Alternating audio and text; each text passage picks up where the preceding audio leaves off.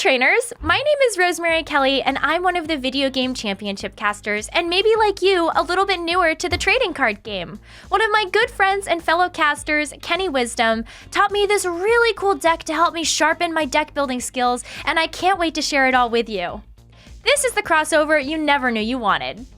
On today's episode of Top Deck Academy, we're going to be building a deck that relies on the synergy between Cramorant and Arrokuda, two Pokemon that are a super iconic duo in the video game championships, but I want to know how they play in the trading card game.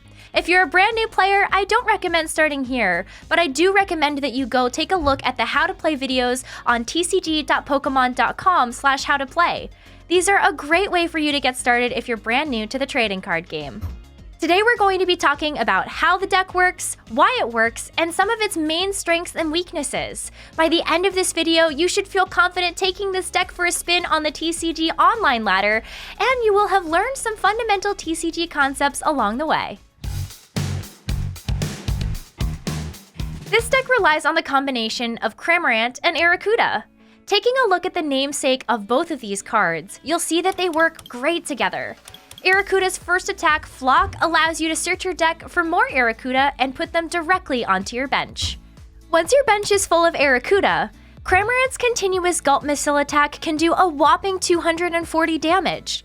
This deck is a great example of a concept you'll hear a lot in the Pokemon trading card game: synergy.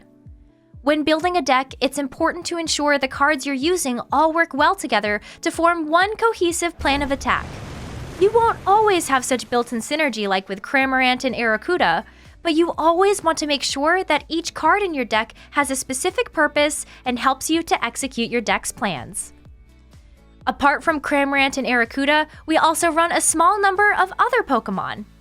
Dedenne GX and Mewtwo from Sun and Moon Unbroken Bonds are in the deck to boost consistency. Sometimes we will need to reuse an important supporter card or refresh our hand, and these Pokemon allow us to do just that. For reasons I'll get to later, we're less reliant on these cards than other decks, so we only have one copy of each. You'll also notice that we have some backup attacking Pokemon, Vikavolt V and Zapdos from Sun and Moon Team Up, along with a Tapu Koko Prism Star to help us power them up. These Pokemon don't have the same direct synergy that Cramorant and Arrokuda have, but they allow our deck to have a secondary plan of attack for turns where we struggle to find enough Arrokuda to take a knockout, or can't find the right combination of cards to attack with our Cramorant. Zapdos is a very efficient, single energy and single prize attacker that can take knockouts on low HP Pokemon and help soften up higher HP Pokemon for an eventual continuous Gulp Missile. Vikavolt V can fill one of two roles. It can either use Paralyzing Bolt to slow our opponent down by denying their use of item cards, or it can act as a secondary attacker that can push damage through, doing a whopping 190 with Super Zap Cannon.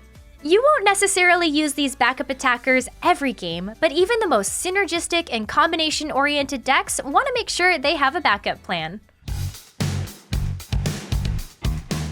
As we zoom out and take a look at the broader deck list, there's another important TCG concept that we have to talk about, and that's an engine.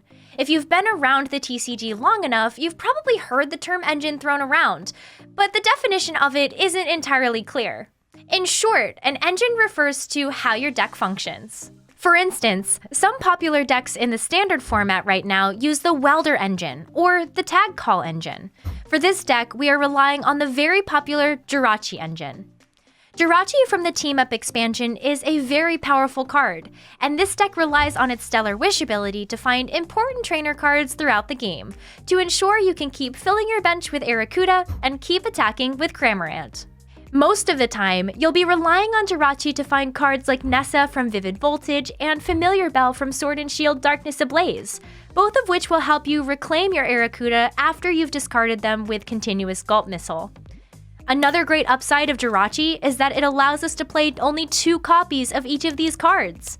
Normally, we would want to maximize our chances of finding them by running the full 4 copies, but with Jirachi in our deck, we can be confident we'll find the cards we need when we need them.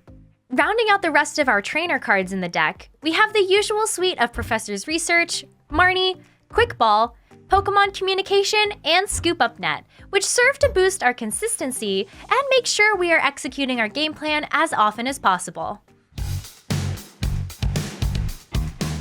You'll also notice the 2 copies each of Great Catcher and Boss's Orders. Both of these cards are super powerful in their own right, but it really helps to illustrate one of the main advantages of this deck, which is that your main attacker only gives up 1 prize card. This means that even if it's a little bit easier for decks with Pokemon GX or Pokemon VMAX to knock out your Cramorant, as long as you can return the knockout over the next turn or 2, you should take all of your prizes before they take theirs. This is commonly referred to as the prize trade or the prize exchange.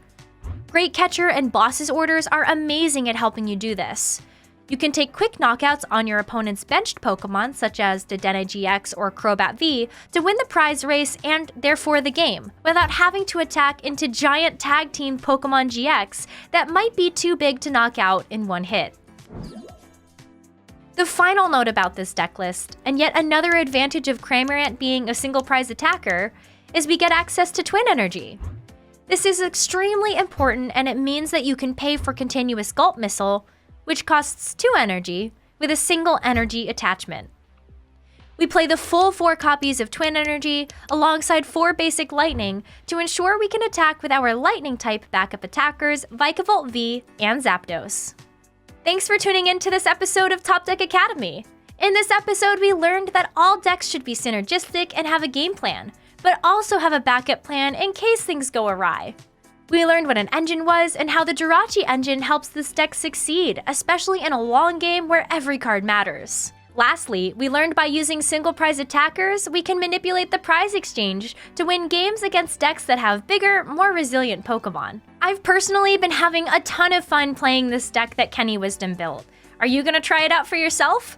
Let me know in the comments below, and also let me know what you'd like to see on future episodes of Top Deck Academy. Thanks for watching! It's extra credit time, trainers! Here is the full deck list for the Cramorant Arrokuda deck we've just built.